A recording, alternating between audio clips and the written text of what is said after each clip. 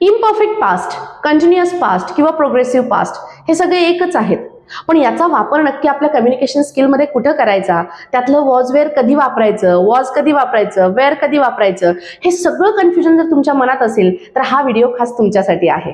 आणि हा व्हिडिओ तुम्ही नक्की बघा आणि हे सगळं कन्फ्युजन तुमचं दूर करा. ओके, चला आपण सुरू करूयात. तुमचं आपल्या सविता स्पोकन इंग्लिशच्या या 10th लेक्चर सिरीजमध्ये सगळ्यांचं मी पुन्हा एकदा स्वागत करते आणि आपला हा 9वा पार्ट आपण सुरू करूयात.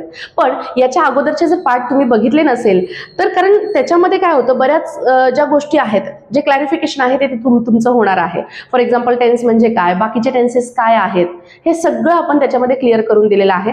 त्यामुळे जर तुम्ही या चॅनलला नवीन असाल तर ते सगळं बघा आणि मग हा व्हिडिओचा भाग बघा, म्हणजे तुम्हाला लिंक लागेल. ओके, याच्या अगोदर आपण इम्परफेक्ट प्रेझेंट पण बघितलेला आहे, सिंपल सगळे टेन्सेस कव्हर केलेले आहेत, टेन्सचा कन्सेप्ट क्लिअर केलेला आहे. हे सगळे व्हिडिओज बघून तुम्ही काय करायचंय, हा व्हिडिओ बघायला सुरुवात करायचंय. चला बघूयात आपण काय बघणार आहोत. तर इम्परफेक्ट पास्ट, इम्परफेक्ट पास्ट. मी आधीही तुम्हाला सांगितलंय इम्परफेक्ट त्यालाच आपण कंटिन्युअस म्हणतो, त्यालाच आपण प्रोग्रेसिव्ह सुद्धा म्हणत असतो. तर हे इम्परफेक्ट म्हणजे काय आहे थोडक्यात बघा, इनकम्प्लीट ऍक्शन आहे. काय आहे? Incomplete action. म्हणजे हा ऍक्शन सेन्स आहे आणि हा टाइम सेन्स आहे. ते पण मी अगोदरच्या व्हिडिओमध्ये सांगितलेलं आहे. ऍक्शन सेन्स कसा आहे? इनकम्प्लीट आहे.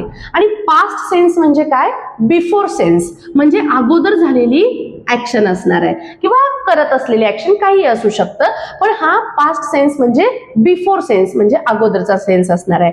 बघा, इम्परफेक्ट म्हणजे इनकम्प्लीट आणि पास्ट म्हणजे बिफोर ऍक्शन जी अगोदर असणार आहे, बरोबर. आणि ह्या दोघांचं कॉम्बिनेशन होऊन आपला हा टेन्स झालेला आहे इम्परफेक्ट पास्ट. त्यालाच आपण मराठीमध्ये अपूर्ण भूतकाळ असं म्हणतो. ठीक आहे, आता आपण समजून घेऊया नक्की हा टेन्स काय आहे, मराठीतल्या वाक्यातला कसा ओळखायचा, त्याचं इंग्लिशमध्ये वाक्य कसं तयार करायचं, शिवाय ग्रॅमॅटिकल पर्स्पेक्टिव्हने सुद्धा त्याचा अभ्यास तुमचा इथं होणार आहे.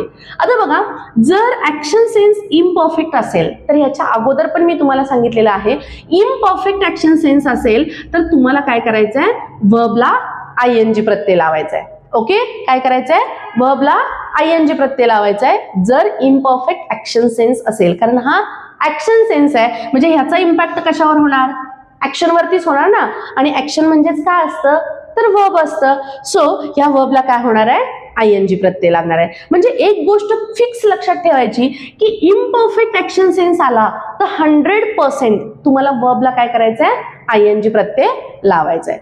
दुसरा राहिला प्रश्न आपला पास्ट सेन्सचा.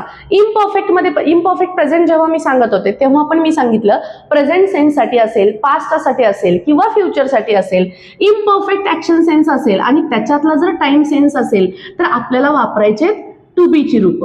ओके, आता टू बी ची रूप कोणती आहेत तुम्ही नक्की कमेंट बॉक्समध्ये लिहा.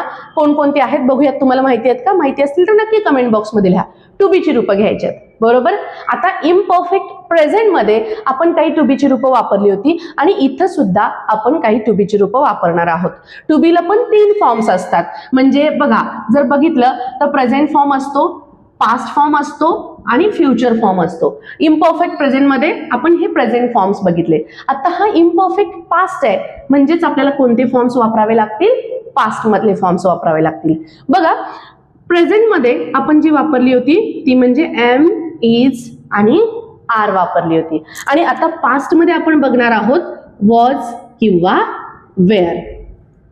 ओके, बघा, म्हणजे एकत्रित जर आपण विचार केला, इम्परफेक्ट सेन्स साठी काय वापरलं आपण, VING वापरलं आणि पास्ट सेन्स साठी काय वापरलं, वॉज वेअर. आणि मग ह्याचा जो फॉर्मॅट आहे किंवा रूल आपण म्हणत असतो, नेहमी पाठ करत आलोय, आता पाठ नाही करायचं, आता तुम्ही समजून घ्यायचं. वॉज किंवा वेअर आहे, बरोबर. आणि मग तुम्हाला मी आधी पण सांगितलंय की वाक्यरचना ही पाठीमागून पुढे येते, म्हणजे पहिल्यांदा कोण येणार, आपले हेल्पिंग वर्ब्स येणार. म्हणजेच जेव्हा आपण वाक्य तयार करणार तेव्हा आधी तुम्हाला लिहायचं आहे वॉज किंवा वेअर आणि त्याच्यानंतर लिहायचं आहे VING. आता हे कसं, हे झालं फक्त स्ट्रक्चर, वाक्यरचना झाली. पण प्रॅक्टिकली जेव्हा तुम्ही बोलायला सुरुवात करता तेव्हा त्याचा वापर कसा करायचा, हे एवढं शिकणं म्हणजे ऑलरेडी तुम्ही शिकलेलंच आहात. अगदी 12वी पर्यंत 15वी पर्यंत हे सगळं शिकवलेलं आहे. पण आपल्याला फक्त एवढं नाही शिकायचं, याच्या पुढे जायचंय आणि त्याचा वापर तुमच्या कम्युनिकेशन मध्ये कसा करायचा हे सुद्धा समजून घ्यायचं आहे.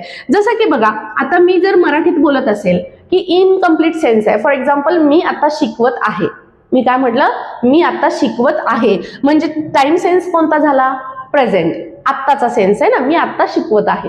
आणि जर मी म्हटलं मी काल शिकवत होते, बघा मी काय म्हणते, मी काल शिकवत होते, म्हणजे फरक काय झाला बघा, मी आता शिकवत आहे, बघा शिकवत आहे.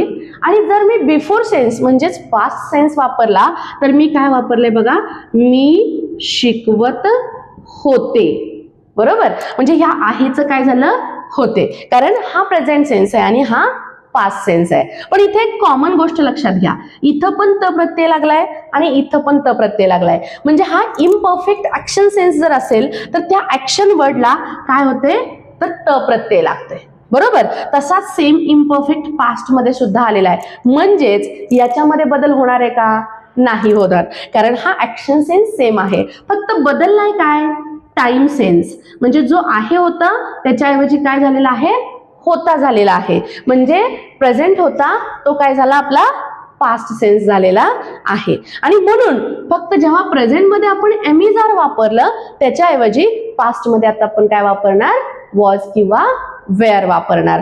म्हणजे या पद्धतीनं तुम्ही सेंटेन्सेस फॉर्म करू शकता. आता आपण ऍक्च्युअल सेंटेन्सेस घेऊया, कशी कन्स्ट्रक्ट करायची हे समजून घेऊया, म्हणजे अजून क्लिअर. आता बघा ह्याच्यातले आपण काही एक्झाम्पल्स घेणार आहोत आणि त्याचं सेंटेन्स कन्स्ट्रक्शन इंग्लिशमध्ये कसं करायचं हे बघूयात.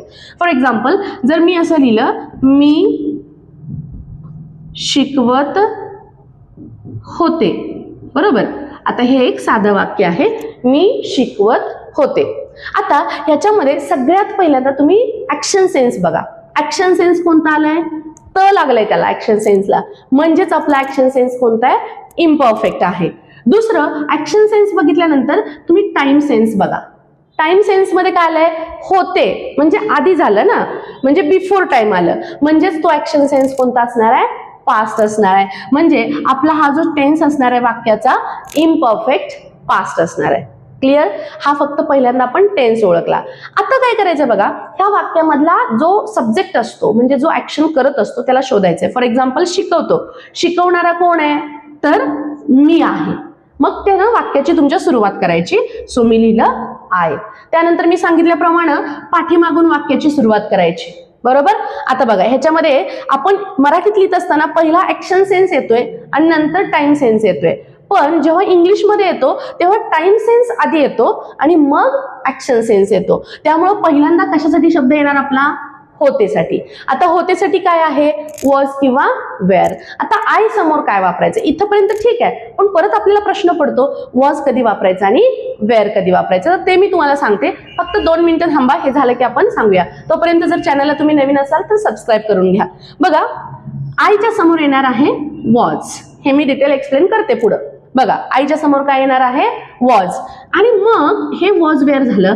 आता शिकवत जर त प्रत्यय लागला असेल तर इम्परफेक्ट सेन्स असतो, आणि इम्परफेक्ट सेन्स असेल तर आपल्याला वापरायचं आहे VING, आणि म्हणून काय येणार, शिकवण्याला आपण टीच म्हणतो आणि त्याला ING प्रत्यय लावणार. म्हणजे काय वाक्य झालं तुमचं, आय वॉज टीचिंग.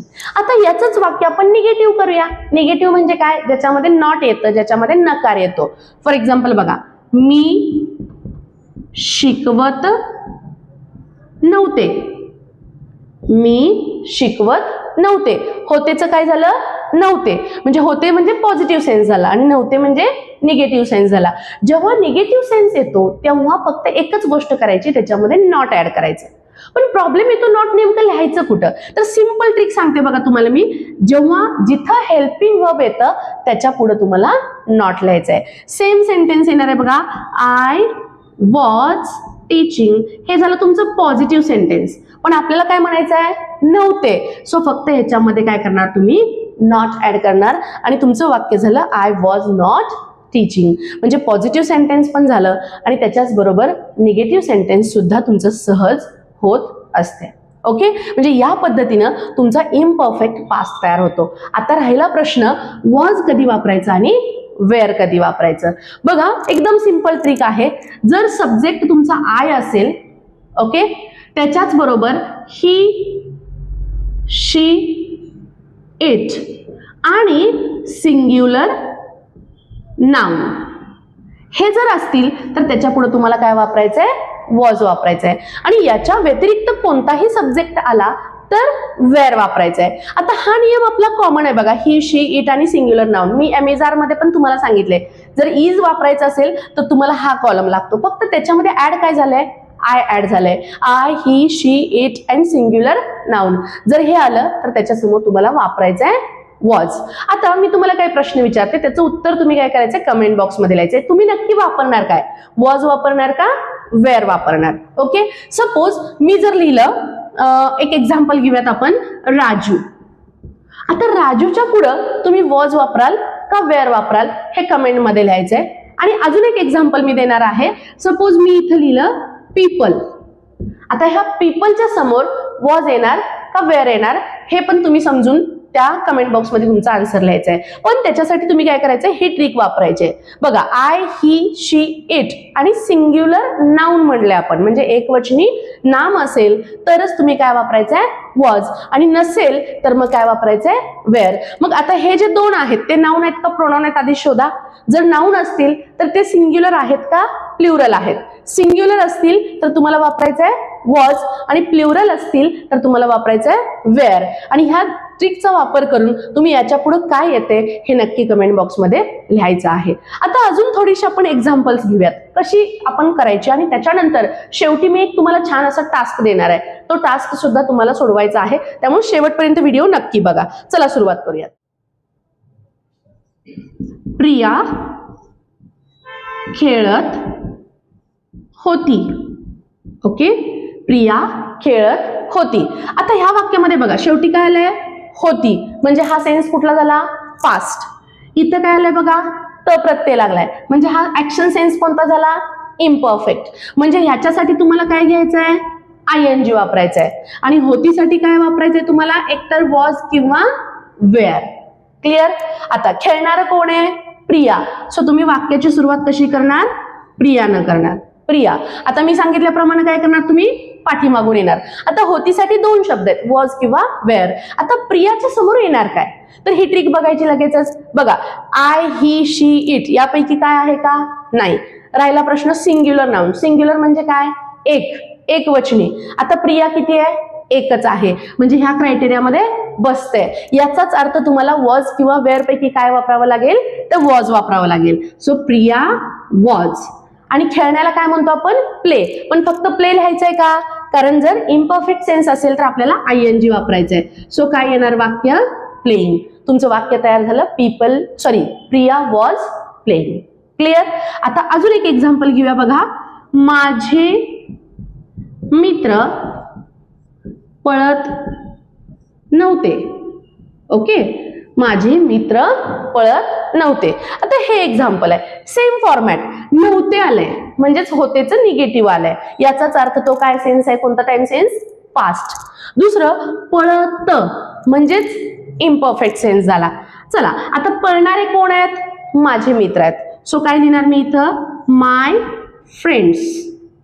आता बघा नव्हते म्हणजे नॉट आले, वॉज वेअर प्लस नॉट येणार आहे. बरोबर, नव्हते म्हणजे काय, वॉज वेअर प्लस नॉट. पण आता वॉज वापरायचं का वेअर वापरायचं, परत एकदा बघूया. चला, सब्जेक्ट कोण आहे, my friends. I, he, she, it pronoun आहेत का, नाहीत.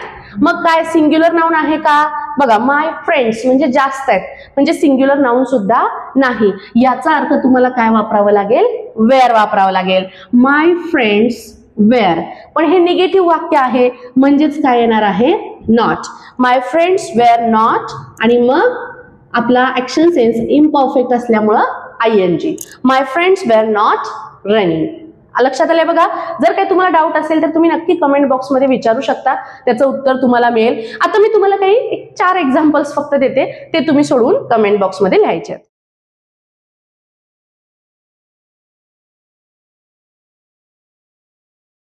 ओके, चला बघा ही 4 वाक्य तुमची आहेत. तुम्ही लगेचच हे जे वाक्य आहे त्याचे ट्रान्सलेशन करायचं आहे आणि कमेंट बॉक्समध्ये त्याची उत्तरं तुम्हाला लिहायची आहेत. तुम्ही या चॅनलला नवीन असाल तर पुन्हा एकदा तुम्हाला आठवण करून देते, चॅनलला सबस्क्राईब करा, त्याचबरोबर बेल आयकॉन सुद्धा प्रेस करा, म्हणजे पुढच्या ज्या नोटिफिकेशन्स आहेत त्या तुम्हाला सगळ्यात अगोदर मिळतील. Thank you. See you in the next lecture.